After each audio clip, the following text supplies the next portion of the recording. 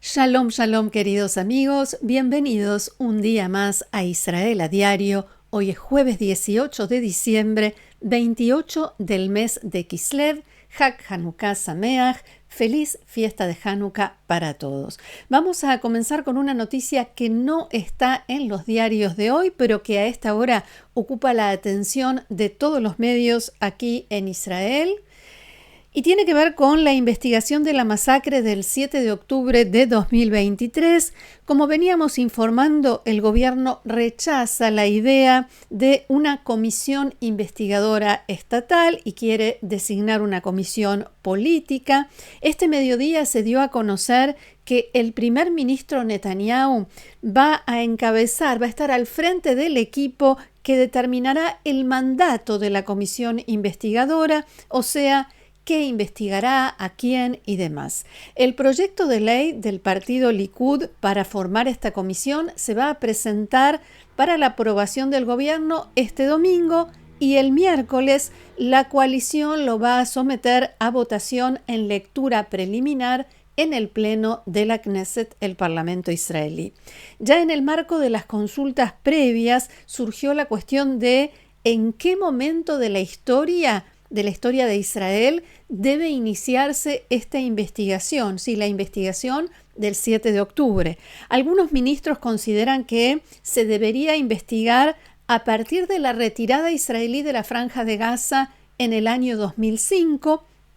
Otros afirman que habría que remontarse a la época de los acuerdos de Oslo en 1993. Además, se espera que varios ministros exijan una investigación que abarque el impacto de las protestas contra el gobierno, cuánto influyó los medios de comunicación, el papel de la Corte Suprema de Justicia y de las amenazas de deserción. Según Ynet, el sitio web del diario Yediot Aharonot, algunos ministros del Likud que participan en este proceso de formación de la comisión y definición de su mandato sostienen que es necesario investigar a fondo lo sucedido, pero se debe evitar el proceso de sacar conclusiones personales, o sea, culpas pero no culpables. Por supuesto, ya comenzaron las reacciones, muchísimas, algunas bastante duras, especialmente desde el lado de la oposición y obviamente este es un tema que vamos a seguir y del cual continuaremos informando. Pero antes de seguir adelante con la información, quiero recordarles que nuestro informe cuenta con el auspicio de Fabián Levi, el agente de viajes de la comunidad latinoamericana en Israel. Aquí les dejo todos los datos para ponerse en contacto con él. Vamos ahora sí a nuestra recorrida por los diarios y otros medios aquí en Israel.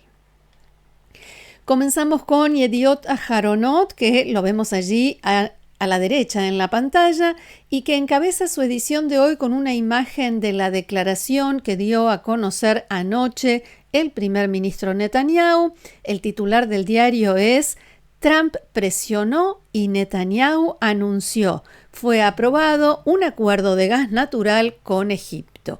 Es un acuerdo por valor de 112.000 millones de shekels y el primer ministro dijo que firmó el acuerdo más grande en la historia de Israel que allana el camino a una reunión, esto lo agrega el diario, allana el camino a una reunión con Al-Sisi, Abdel Fattah al-Sisi, el presidente de Egipto, en la residencia del presidente de Estados Unidos. A la izquierda vemos el diario Israel Hayom de hoy, que también destaca este tema en su portada y dice que Egipto adquirirá gas natural del yacimiento Leviatán hasta el año 2040. También pone de relieve esta cifra, 112.000 millones de shekels, y señala que la mitad ingresará a las arcas del Estado de Israel. En el Cairo prefirieron comprar gas natural a Israel antes que a Qatar, destaca este diario, y así dice Israel Hayom, Israel asegura su estatus como potencia energética regional que provee gas natural a Egipto y a Jordania, y yo agrego por ahora. Ayer, en el horario del noticiero central de las 8 de la noche, el primer ministro hizo saber que iba a dar una declaración importante, una declaración grabada, y dijo lo siguiente. Saludos a ustedes, queridos ciudadanos de Israel. Hoy aprobé el mayor acuerdo de gas en la historia de Israel. El valor del acuerdo asciende a 112,000 millones de shekels. Este acuerdo es con la empresa estadounidense Chevron. Tiene socios israelíes y ellos suministrarán gas a Egipto. Aprobé el acuerdo después de asegurar nuestros intereses de seguridad y otros intereses vitales, y no detallaré todos ellos aquí. Este acuerdo fortalece enormemente la posición de Israel como una potencia energética regional y contribuye a la estabilidad en nuestra región. El acuerdo contempla dos etapas. La primera, que está previsto que comience a mediados de 2026, incluye la venta de 20.000 millones de metros cúbicos de gas natural después de que se complete la construcción de una tubería, la tercera tubería, desde el yacimiento a la plataforma de producción y se ponga en marcha la nueva línea de transmisión entre las costas de Ashdod y Ashkelon, aquí en el sur de Israel. La segunda fase incluye la venta de 110.000 millones de metros cúbicos de gas natural a Egipto y comenzará una vez completado el proyecto de expansión de Leviatán, del yacimiento Leviatán. En realidad se había empezado a hablar de este acuerdo ya en el mes de agosto pasado, pero el ministro de Energía, Eli Cohen, se negó a firmarlo. Se habló desde el comienzo de asuntos de seguridad, pero también el ministro Eli Cohen sostuvo que no lo iba a aprobar hasta que quedara claro que se acordaban precios justos para el mercado israelí. Y anoche dijo que esto ha quedado garantizado y que por eso ahora sí lo firma. Netanyahu, como escuchamos, sostuvo que aprobó el acuerdo una vez que logró garantizar los intereses de seguridad vitales para Israel, así como otros intereses, y como señaló, no voy a detallar todo eso aquí, con lo cual esto ha quedado bajo un gran signo de pregunta. Según informaron esta mañana en Galei Tzahal, la radio del ejército israelí, en el medio, entre la negativa a firmar y el anuncio de la firma de anoche, hubo una gran presión de Estados Unidos, donde el presidente Trump está muy interesado en sumar a los egipcios a la fuerza de paz que quiere establecer allí en la Franja de Gaza. Egipto no quería formar parte de esa fuerza internacional mientras no se aprobara este acuerdo, que es muy importante para el presidente Abdel Fattah al-Sisi. Siempre según este informe, los estadounidenses presionaron muy fuerte al gobierno israelí, que siguió negándose. Recordemos que incluso el secretario de Energía estadounidense, Chris Wright, canceló una visita de 6 días que tenía planificada en octubre pasado, después de que el ministro Eli Cohen se negara a firmar este mismo acuerdo. Según Galei Tzahal, fuentes israelíes oficiales dijeron que la presión finalmente funcionó e Israel firmó a pesar de que no todas sus exigencias fueron cumplidas. El diputado Tzvi Sukkot del partido Atzionut Datit, que forma parte de la coalición de gobierno, dijo en declaraciones a Kan, la radio pública israelí, esta mañana, que como miembro de la Comisión de Seguridad y Relaciones Exteriores de la Knesset espera que le informen por qué se decidió firmar el acuerdo a pesar de las constantes transgresiones de seguridad de los egipcios. Abro comillas, la masacre del 7 de octubre fue posible gracias a las armas que llegaron a Hamás a través de Egipto bajo la atenta mirada de los egipcios. No es que eso sucediera sin que se dieran cuenta, sino que los egipcios violan el acuerdo de paz con Israel a diario y por eso también el ministro Eli Cohen insistió en no firmar el acuerdo, decía este diputado. Vuelvo al informe de Radio Galei Tzahal porque la fuente citada dice que de todas maneras, a partir de la firma de este acuerdo, Egipto tendrá ahora un rol mucho más central, más activo en la preservación de la calma en la Franja de Gaza, ya sea mediante el despliegue de tropas en la frontera o incluso dentro del enclave. A pesar de todas las reservas y las críticas, Egipto, desde el punto de vista de Israel, es mucho mejor, mucho más aceptable que Turquía y Qatar como fuerzas que queden allí dentro de la franja. Y en este punto hay que decir que no solo en Israel hay cuestionamientos, dudas, críticas, también en el mundo árabe, que a estas horas se ven en las redes sociales cómo critican a Abdel Fattah al-Sisi, el presidente egipcio, por negociar y llegar a un acuerdo con Israel y por una transacción que, según dicen, ayuda a financiar la guerra contra los palestinos, incluso algunos prometen que van a reaccionar. Todo esto, también esto, de cara a la reunión que mantendrán a fin de mes el primer ministro Netanyahu y el presidente de Estados Unidos, Donald Trump. Desde hace un tiempo, la Casa Blanca ha estado intentando que se realice una reunión tripartita, Trump, Netanyahu y al-Sisi.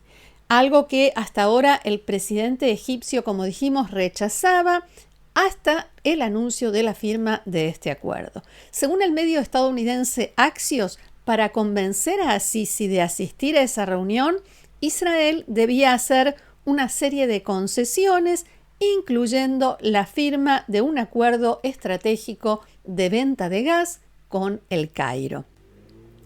En la emisora pública Kan explicaron que quedará más claro cuáles fueron esas concesiones que hizo Israel cuando veamos cómo se resuelven algunas cuestiones pendientes. Por ejemplo, ¿qué sucederá con el paso de Rafah en la frontera entre Egipto y la Franja de Gaza? Si se abrirá en los dos sentidos, o sea, también para que gazatíes puedan entrar a Egipto y también en qué quedará la cuestión de la presencia de fuerzas israelíes, de tropas israelíes en el eje Filadelfia, allí en la misma zona, el despliegue de fuerzas militares egipcias en el Sinaí, muy cerca de la frontera con Israel, y si Egipto va a aceptar de una vez por todas las cartas credenciales del designado embajador israelí en El Cairo.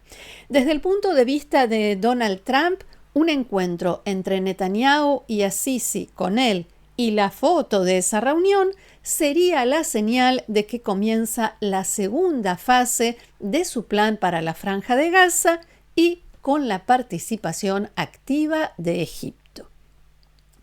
Vamos a cambiar de tema y nos vamos a otro asunto que mantiene ocupados a los israelíes a esta hora.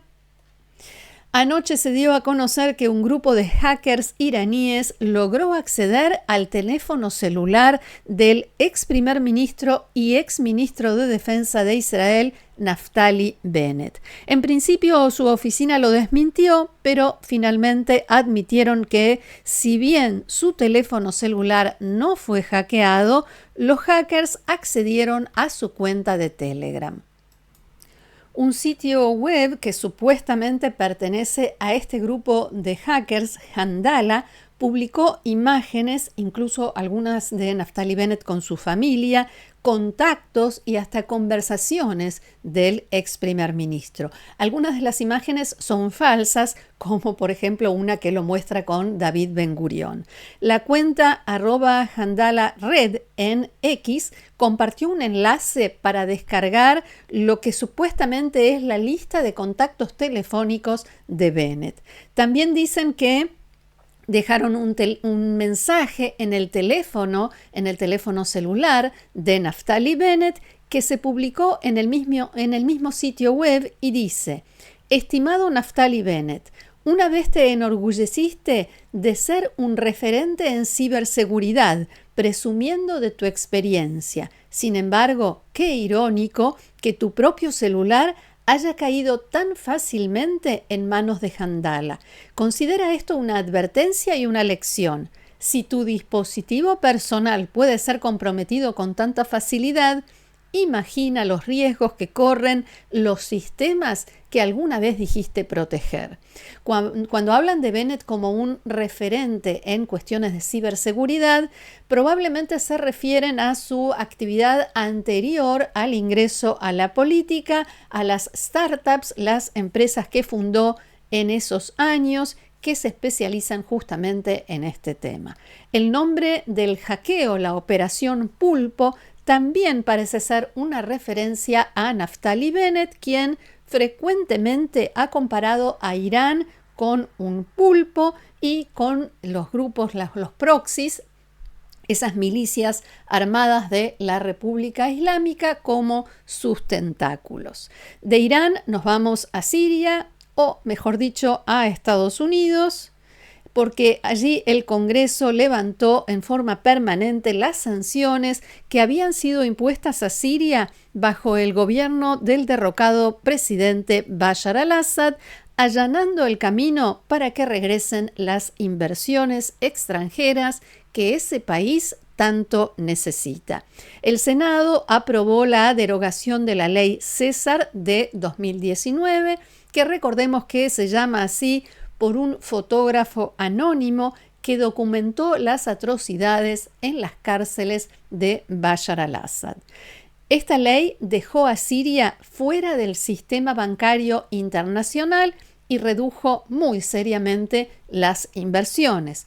El objetivo de la ley era impedir la afluencia de empresas extranjeras para reconstruir Siria en un momento en el que parecía que Assad estaba triunfando tras más de una década de brutal represión y guerra civil. Y qué gusto me da terminar este reporte con una noticia positiva. El gigante tecnológico estadounidense Nvidia anunció oficialmente esta mañana la apertura de su nuevo campus de grandes dimensiones en Israel, en Kiryat Tivon, y por primera vez reveló los detalles del proyecto. Estamos viendo en pantalla una de las maquetas y se espera que las obras comiencen en 2027 y la ocupación inicial está prevista para 2031. Se estima que el proyecto tendrá un impacto significativo y muy positivo en empleo, vivienda y desarrollo, no solo para Kiryat Tivon, sino para toda la región del norte de Israel. Más allá de la construcción de su propia infraestructura, el proyecto de ese predio incluye parques, un centro de visitantes, cafeterías, restaurantes y también laboratorios y espacios compartidos para promover la innovación y la colaboración y alianzas con otras empresas y socios a nivel local. Y con esta noticia positiva terminamos nuestro encuentro de hoy. Muchísimas gracias por haber estado con nosotros y por haberlo compartido una vez más. Los invito, como siempre, a seguirnos en el canal, a compartirlo, difundirlo, recomendarlo, a suscribirse y a formar parte del grupo de amigos de Israel a Diario, haciendo clic debajo de este video donde dice unirse. Gracias nuevamente, que tengamos buenas noticias. Shabbat Shalom.